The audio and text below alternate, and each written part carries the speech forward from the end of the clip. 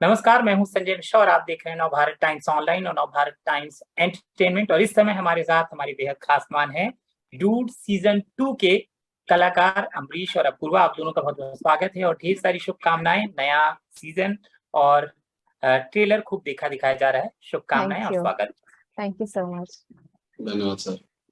तो जी सबसे पहले आपके ही शब्दों में आपका ये नया सीजन सीजन 2 क्या है अमरीश?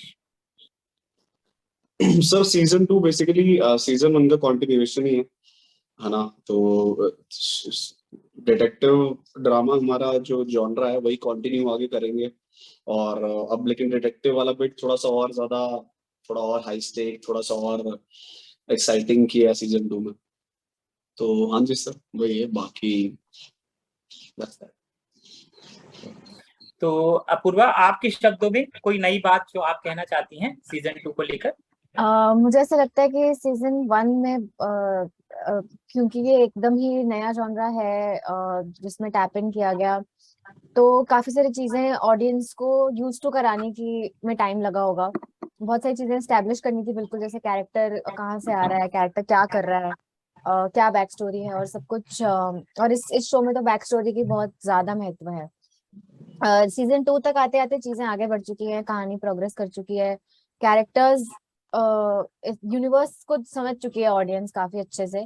तो अब वो यहाँ से हम कहानी को आगे बढ़ता हुआ देखते हैं, जहाँ पे जैसे कि इन्होंने कहा कि डिटेक्टिव वाला जो पार्ट है वो काफी प्राइमरी हो गया है और वो काफी ज्यादा इंटरेस्टिंग है इस शो में, और ऑडियंस को बहुत मजा आने वाला है क्योंकि अब वो इस यूनिवर्स को जान चुके हैं, तो और ज्यादा एंजॉय करेंगे देखना। देखिए, आपकी सीरीज है सस्पेंस और थ्रिलर वाली और जिसमें केस को सुलझाया जा रहा है, तो उसकी कहानी नहीं जानेंगे, लेकिन किरदार के बारे में जितना आप बता सकते हैं। अमरीश, आपका अपना किरदार। हाँ जी, तो सर उत्तम है कैरेक्टर का नाम, उत्तम धमीजा। तो जिसको डूड भी बोलता है, डिटेक्टिव उत्तम धमीजा। और कैरेक्टर का क्या है सर, डिटेक्टिव इसलिए बना था, उसके कुछ पर्सनल रीजंस थे, है ना। तो वो डिटेक्टिव बनना नेसेसिटी था एक टाइम पे, ऐसा डिटेक्टिव उसको बनना नहीं था। वो सीजन 1 जिन्होंने देखा है मतलब they would know the reason. और मोस्टली सॉरी कॉल आ गया था। तो भाई की जो पर्सनल कैरेक्टर की जो पर्सनल जर्नी है, अब वो उस पॉइंट पे आ गई है वेयर उसने बिल्कुल अपना प्राइमरी मोटिव बनाया हुआ था, जो जो अपनी मॉम को बेसिकली उसको ढूंढना था। मॉम को ढूंढने से ज्यादा मॉम क्यों गई और कहाँ गई ये उसको पता करना था। बट अभी उस जंक्शन पे आ गया, और जो हमारा सीजन 2 भी जिस पे आएगा, जहाँ पे अब दो परसूट्स हैं कि मॉम के बारे में तो फिगर आउट करना ही है कहाँ पे है। लेकिन अब भाई ने उसको थोड़ा सा नॉर्मलाइज कर दिया है, पहले बहुत ऑब्सेसिव था उस बारे में। अब इतना है कि हम्म। ठीक है वो भी फिगर आउट करना है, लेकिन और भी चीजें जरूरी हैं, फादर भी हैं घर में, उनका भी ध्यान रखना है। और प्लस जो डिटेक्टिव वाली जो चीज है, जो पहले सिर्फ एक नेसेसिटी थी in search of his mother, अब उसको एक प्रॉपर प्रोफेशन की तरह वो लेता है। तो ये तो क्या रहता है। वो अपनी माँ की तलाश कर पाता है? कहानी ये भी है सीजन 2 की? जी सर, वो ऑनगोइंग है, सीजन 2 में मिलेगा नहीं मिलेगा ये तो, हाँ मतलब ये will leave it to for the people to watch. But हाँ जी सर, सो शो जो चल रहा है उसका फॉर्मेट यही है, मदर वाली स्टोरी एक कांस्टेंट थ्रेड है, and every season has a new case. तो that is how it's going. तो सीजन 2 के एंड में कहाँ पहुंचेगा मदर वाला परसूट वो हम देखते हैं, but it's an ongoing pursuit for him, और बाकी then every season has one case. या अपूर्वा, आपका अपना किरदार। हाँ जी, तो मेरा character Ritu Kapoor, I think वो वैसी लड़की है, she is a detective also in the same agency as dude. और ये अपने काम को लेके बहुत सीरियस है, इसको इधर उधर की बातें किसी के साथ नहीं करनी है। ये अपने इमोशंस के साथ बड़ी इन टच है, बट जरूरी नहीं है कि ये दिखाए। इसको लगता नहीं है कि हर एक को अपने स्माइल भी देने की जरूरत है बिना किसी वजह के। मुझे बहुत अच्छा लगता है कैरेक्टर प्ले करना, बिकॉज इसमें सारी चीजें जितनी भी एज एन एक्टर सिखाई जाती है कि आप ओपन अप हो, सब कुछ उल्टा करना था, सब कुछ अनलर्न करना था। तो कभी भी ज्यादा स्माइल नहीं करना, एकदम अपने मसल्स को कंट्रोल में रखना, सांस को कंट्रोल में रखना और ये सब चीजें। मीनवाइल ऐसा ना लगे कि ये एक मतलब इमोशंस ही नहीं दे रही है ये इंसान या ये एक्टर। तो वो सब चीजें करते हुए ये कैरेक्टर आगे बढ़ती है, और डूड की एक sort of friend, companion, colleague, आप जो भी कह लें, ये है। और आई थिंक मेरा जो ट्रैक है शो में वो भी धीरे धीरे प्रोग्रेस करेगा, और आपको इस कैरेक्टर के बारे में ज्यादा जानने को मिलेगा, बॉन्डिंग के बारे में ज्यादा समझ में आएगा इन दोनों कैरेक्टर्स की। तो काफी इंटरेस्टिंग होने वाला है, मुझे लगता है कि इस सीजन में लोगों को का ये देखना। देखिए, मैं बार बार कह रहा हूँ कि हम कहानी की बात नहीं कर सकते, लेकिन जैसे मैंने एक सवाल किया कि क्या माँ की तलाश वो पूरी कर पाता है, ऐसे और 2 सवाल मैं आपसे जानना चाहता हूँ कि वो कौन से 2 सवाल हैं जो आप चाहती हैं कि इस सवाल के साथ लोग देखें, जो पहले सीजन से कंटिन्यू भी है और लोगों की दिलचस्पी को भी बढ़ाएगा। इंटरेस्टिंग। मुझे on on a lighter note, season 1, मेरा कैरेक्टर सीजन 1 जहाँ पे मेरे कैरेक्टर के लिए एंड होता है, वो होता है कि कुत्ते ने क्या बोला।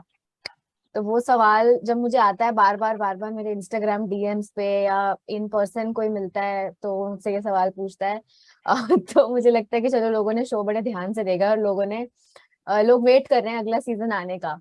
तो ये तो किसने क्या खैर बोला? किसने क्या बोला? आप अगर सीजन 1 देखेंगे तो आप ये समझेंगे कि एक ऋतु का कैरेक्टर एक केस सॉल्व करके आई है, और वो बता रही है कि कुत्ते ने ऐसे बोला था तो मुझे पता चला। तो वो हर बार इंटरप्ट हो जाता है, और ऑडियंस के लिए वो क्वेश्चन मार्क ही रह गया कि कुत्ते ने आखिर क्या बोला। तो आई थिंक वो, मैं कहूंगी कि ऑन लाइटर नोट तो है ही है, बट बहुत सारी चीजें हैं, जैसे वेदर डूड अपनी मदर की तलाश कर पाता है नहीं कर पाता है। वो पिछले सीजन में अपनी मदर की लाइफ को रेप्लिकेट करने की कोशिश कर रहा था ऋतु के साथ। तो मैं चाहूंगी कि लोग उस चीज को भी याद रखें कि भले ही अब शायद जैसे लाइक ही सेड कि वो उतना नहीं है, but it's a very unusual situation किसी की लाइफ में ऐसा हो जाना कि क्लोजर ही नहीं मिला कि इंसान गया कहाँ। उस सिचुएशन में वो इंसान आ गया है, और अब ऋतु और डूड की कहानी कहाँ जाती है, आई थिंक वो मैं चाहूंगी कि लोग वेट करें उसके लिए। तो बताइए, कुत्ते ने क्या बोला आपको? मुझे नहीं पता। मैं नहीं बता सकती, इसके लिए सीजन 2 देखो Amazon मिनी टीवी पे, सब पता चल जाएगा। ये थोड़ा तो सा वन बता है, दो, मतलब। हाँ। अमरीश, हाँ, I want you to tell me, मुझे भी नहीं पता। ये सर सीजन 1 में हम ऐसा कर देते हैं क्लियर, सीजन 1 के एंड में सर, मतलब कुत्ते ने क्या बोला, कुत्ता क्या ही बोलेगा, कुत्ता तो भौंकेगा ही। तो कुत्ते ने भाव बोला, ये था, इस सीजन 1 का रिवील है। मतलब बहुत ही ऐसा कॉमन प्लग सेंस इन, से रिलेटेड था। यार प्लग इन करना था यार, बोलना था कि हाँ सीजन 2 यार, नहीं देखो, बोलना क्या था, है मैं यार सोच रहा ये। था आप कुछ और बोलोगे। कुत्ते ने भौं बोला? यार मैं काट दूंगा इंटरव्यू से। अरे सच्ची में भौं बोला कुत्ते ने?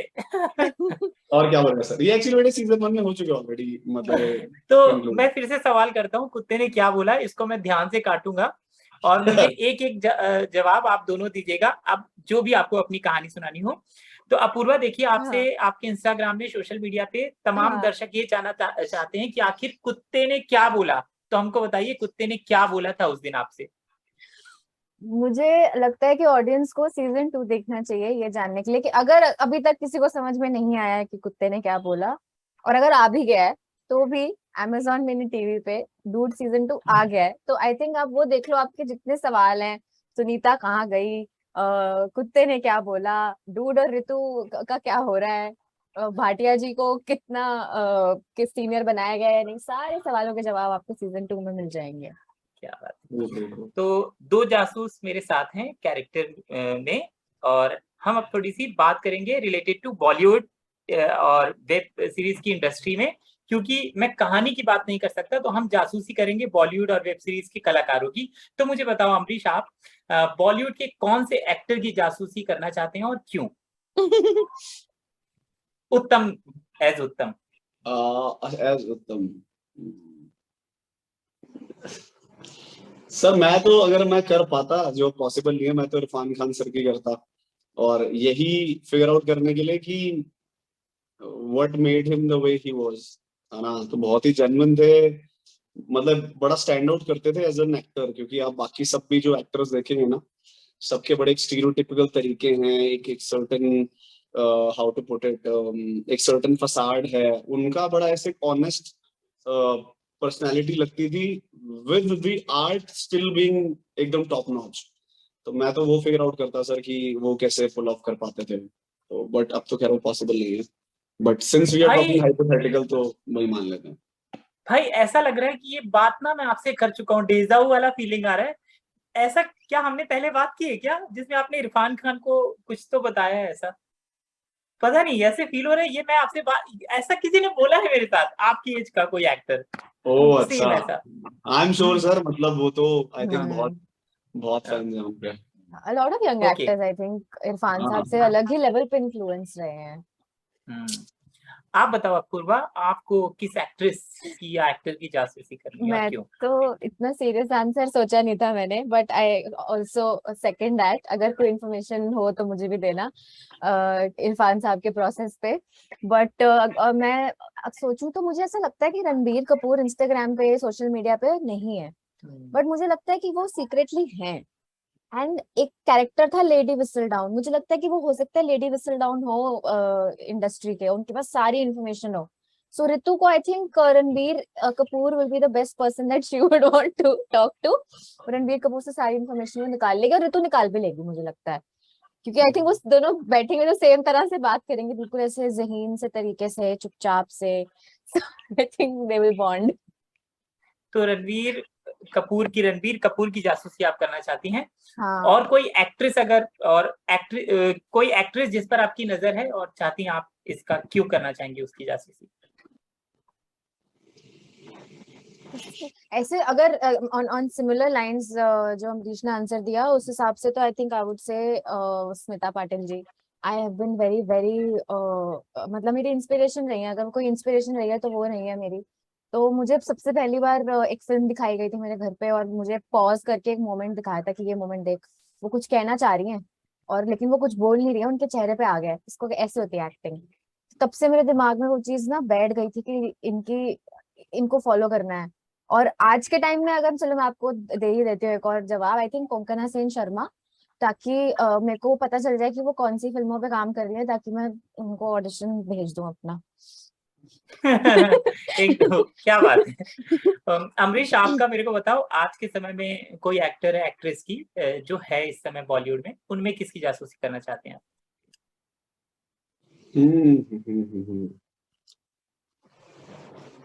सब मतलब जासूसी क्या बोला जाए।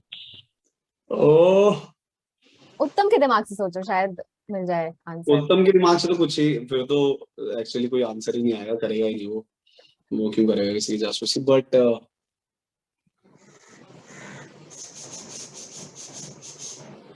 नहीं सर, एक्चुअली आ नहीं रहा और कोई दिमाग में। कोई एक्ट्रेस नहीं व्हाट अ है नाइस जिसकी guy, what a nice guy you are. ये ना बहुत सीधा आदमी है भाई, ये बोलते हैं कुत्ता भौं भौं कर रहा था, आंसर बता दिया भाई। चलो, बहुत अच्छा, मुझे जाते आते ये बताओ, देखो इस समय बॉलीवुड में जिस तरीके से सूखा पड़ा है, लोगों को कंटेंट पसंद नहीं आ रहा है, लेकिन जो कंटेंट जिसमें आप लोग काम कर रहे हैं खूब देखा दिखाया जा रहा है, बहुत अच्छी एक्टिंग, बहुत अच्छी कहानियां। अब किस तरह का प्रेशर और ज्यादा आप फील करते हैं कि हमें और बेस्ट और अच्छा करना है? सर आई थिंक प्रेशर नहीं फील करते, इसलिए ज्यादा बेटर कहानियां बता पाते हैं ओटीटी में। तो क्योंकि पॉइंट ये है कि जब आप 200 करोड़ की पिक्चर बनाएंगे या 400 करोड़ की पिक्चर बनाएंगे, तो आपको ना कुछ एक सर्टेन पैटर्न फॉलो करना पड़ेगा, सर्टेन बेसिक हैक्स फॉलो करने पड़ेंगे, क्योंकि आप और ज्यादा डर जाते हैं, there is more at stake. OTT की अच्छी बात ये है कि ऑफ कोर्स मतलब there is some money into it, so on and so fourth.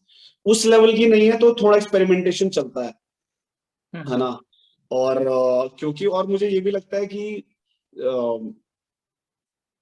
Because बड़े छोटे छोटे यूनिट हैं, अभी आप ओटीटीज में देखेंगे ना, एक राइटर है या एक क्रिएटर है, उसका एक आइडिया है, वो एक राइटर से डिस्कस करे, एट मैक्स 2 या मैक्स 3 राइटर्स होंगे, स्टेक होल्डर्स जितने कम होंगे ना, बड़ा एक ओरिजिनल थॉट आ पाता है। और बॉलीवुड में आप देखेंगे वहां पे स्टेक होल्डर्स इतने ज्यादा हैं कि किसी का ओरिजिनल एक थॉट भी होगा, बाय द एंड वो बन के कुछ ऐसा आ जाएगा कि वो किसी का भी प्रोडक्ट नहीं होगा। Multiple opinions, multiple approaches, sir इसमें ये कर लो तो चल जाएगा, मैं इसमें ऐसे करो, मैं अपने एक्सपीरियंस से बता रहा हूँ। सो आई थिंक ओटीटी का चलने का सबसे बड़ा रीजन यही है कि ओरिजिनल थॉट्स बहुत बन पाते हैं। For these two reason, stakes are less, 1 2, जिसका ओरिजिनल थॉट है वो उसको टिल द एंड पॉइंट ले जा पाता है without much interfering in the process. होती है, मैं ये नहीं बोल रहा नहीं होती है, होती है, बट जितना मतलब आई थिंक मेरा रियलाइजेशन है, समवट इतना कॉम्प्रोमाइज नहीं होता जितना वैसे होता अगर एक मूवी होती है तो जितना होता है। और राइटर्स को लेकर भी मैं ऐसे देखता हूँ कि जब ओटीटी में वो लिख रहा है डायलॉग या कुछ तो बहुत अच्छा पावरफुल और रिलेटेबल लगता है। लेकिन बड़ी बड़ी फिल्मों में मैं डायलॉग देखता हूँ जिसके लिए सोशल मीडिया में ट्रोल होती हैं, बड़ी बड़ी फिल्में, हालिया रिलीज बड़ी बड़ी फिल्में ट्रोल होती हैं। तो राइटर के पॉइंट ऑफ व्यू से, बिकॉज आपने इरफान खान का भी नाम लिया था, तो थोड़ा सा मैं समझ रहा हूँ कि आप राइटिंग को भी तवज्जो देते होंगे। आपको क्या लगता है यहाँ पर जो राइटर होता है वो मीनिंगफुल और रिलेटेबल लिखता है और फिल्मों में उतना नहीं? इस पर आपका? सर एक तो अच्छा Apu, you want to answer? No, I think अगर राइटर के पॉइंट ऑफ व्यू से सर आप पूछ रहे हो तो he is the right person to ask, because dude season 1 इन्होंने क्रिएट किया है, इन्होंने लिखा है, सो क्या आई बात है। Think you should take it away. हाँ सर, मतलब मुझे ना राइटिंग का क्या लगता है, जैसे देखिए एक प्रोसेस फॉलो होता है बॉलीवुड में, हर जगह फॉलो फॉलो होता है, जहाँ पे स्टोरी किसी और की होती है, फिर स्क्रीन प्ले कोई और लिखता है, फिर डायलॉग कोई और लिखता है, ठीक है। अब जो चल रहा है process, and I am sure उसमें कोई मेरिट होगा इसलिए चल रहा है, मुझे सर पर्सनली वो समझ, एंड आई एम श्योर समझ नहीं आता तो नहीं बोलूंगा, बट आई थिंक जब जब एक ओरिजिनल जिसका थॉट है वो राइट टिल द एंड लेके जाता है, जिसकी स्टोरी है, चलो स्टोरी भी किसी और की हो सकती है, बट जिसने स्क्रीन पे लिखा है उसी ने डायलॉग लिखे हैं, तो मुझे लगता है वो थोड़ा सा ऑथेंटिसिटी आती है। अभी आप देखेंगे कि एक बड़ा एक्सवाइजी डायरेक्टर है, क्रिएटर है, वो एक आइडिया है, वो किसको वो बता देगा कि यार मेरे को ये स्टोरी बनानी है, फिर कोई स्क्रीन प्ले वाला के स्क्रीन पे लिख जाएगा, क्योंकि ये इसलिए पता है बिकॉज ऑफर्स भी आते हैं हम लोगों को ना कि यार इसके डायलॉग्स लिख दो। मतलब how is it even possible यार, जिसके दिमाग, again how is it even possible नहीं बोलना चाहिए, इट इज पॉसिबल इसलिए हो रहा है, but I think best case scenario नहीं है, जिसने आइडिया कंसीव किया, जिसने कैरेक्टर सोचे, जब वो डायलॉग लिखेगा ना सर, वो ऑटोमेटिकली बड़े अलाइव हो जाएंगे, वो फेक नहीं लगेंगे, है ना। तो यही रीजन है सर मुझे लगता है, और बाकी आई थिंक थोड़ा फिर स्टोरी कैसी है, कैरेक्टर्स कैसे हैं, तो उनकी जब थोड़ा सा आप थोड़े से उनको और इंटरेस्टिंग बनाते हैं, क्लीशेड नहीं बनाते हैं, तो डायलॉग्स भी ऑटोमेटिकली कम क्लीशे हो जाते हैं। अंतिम सवाल अपूरा, इन्हीं दोनों सवालों को मर्ज करके आपके अपने विचार। आई फील कि अभी जैसे आपने बोला कि सूखा पड़ा हुआ है, एज अ सिनेमा लवर सुन के बड़ा बुरा लगता है कि लोग फिल्में देखने जा नहीं रहे हैं, लोग उतना प्यार नहीं दे रहे फिल्मों को। ये भी अच्छा लगा आपने जो कॉम्प्लीमेंट हमें दिया कि हमारा काम बहुत लोग पसंद कर रहे हैं और लोग वेट करते हैं चीजें आने का। बहुत बहुत अच्छा लगता है सुन के, बट ऑल्सो आई वुड से कि एक अभी ट्रांजिशन चल रहा है। देखो इतना बुरा टाइम देखा है पूरी दुनिया ने, जब आप थिएटर में जाने की सोच नहीं सकते थे, फिल्में बना नहीं सकते थे, जो भी थोड़ी बहुत शूटिंग हो रही थी वो लोगों के फोन से घर पे हो रही थी, तो वो कंटेंट तो आसानी से आपके फोन पे अवेलेबल था, तो लोगों को उसकी शायद आदत पड़ गई, जो कि अच्छी बात है मेरे जैसे लोगों के लिए तो बिल्कुल। बट आएगा टाइम जब फिल्में वर्क करेंगी, कभी कभी कुछ कुछ फिल्मों का टाइम नहीं होता, कुछ कुछ फिल्में पड़ी हैं जैसे 4-5 साल से कुछ रिलीज नहीं हो पा रही, या फिर बीच में पेंडेमिक आ गया रिलीज नहीं हुई, तो थोड़ी थोड़ी चीजें डेटेड लगने लगती हैं, या फिर मे बी वो सेंसिबिलिटी अभी है नहीं ऑडियंस की शायद, जिस टाइम पे वो पर्टिकुलर फिल्म आई है। तो मुझे ऐसा लगता है कि एक चांस देना चाहिए, बिल्कुल एक मौका देना चाहिए, इंतजार करना चाहिए कुछ अच्छा आने का, और अच्छी अच्छी फिल्में साथ साथ आ रही हैं, और हम सिर्फ हिंदी फिल्म्स के बारे में ना सोचें, जबकि बाकी लैंग्वेजेस के बारे में भी सोचें, तो बहुत अच्छी अच्छी फिल्में रिलीज हो रही हैं, बहुत अच्छे रिव्यू भी ले रही हैं, ऑडियंस भी पसंद कर रही है, और बॉक्स ऑफिस नंबर्स भी आ रहे हैं। सो मेरे को तो होप दिखती है कि डिस्पाइट इतना बुरा टाइम हमने देखा, और एज एन इंडस्ट्री सब कुछ इतना वो सब ऊपर नीचे हो गया, डिस्पाइट ऑफ दैट हम रिलीज कर पा रहे हैं फिल्म्स, और फिल्म्स धीरे धीरे अब पिकअप करेंगी शायद। सो आएगा अच्छा टाइम वो भी। और वही अगेन मैं हमेशा कहती हूँ कि ओटीटी का जो दौर आया है और सिनेमा जो है हैंड इन हैंड है, सब दोनों के अपने अपने प्रोज एंड कॉन्स हैं। मेरे लिए तो ओटीटी ब्लेसिंग रहा है डेफिनेटली, बट आई थिंक दोनों एक दूसरे को रिप्लेस नहीं कर सकते किसी भी तरीके से। जी बिल्कुल, अच्छा समय आएगा और फिल्में चलेंगी, लोग देखेंगे भी। हमसे बात करने के लिए आप दोनों का बहुत बहुत शुक्रिया और ढेर सारी शुभकामनाएं एक बार फिर से डू सीजन 2 के लिए। Thank you. Thank you so much. Thank you team Prerna. Thank you Sanjay ji. Thank you.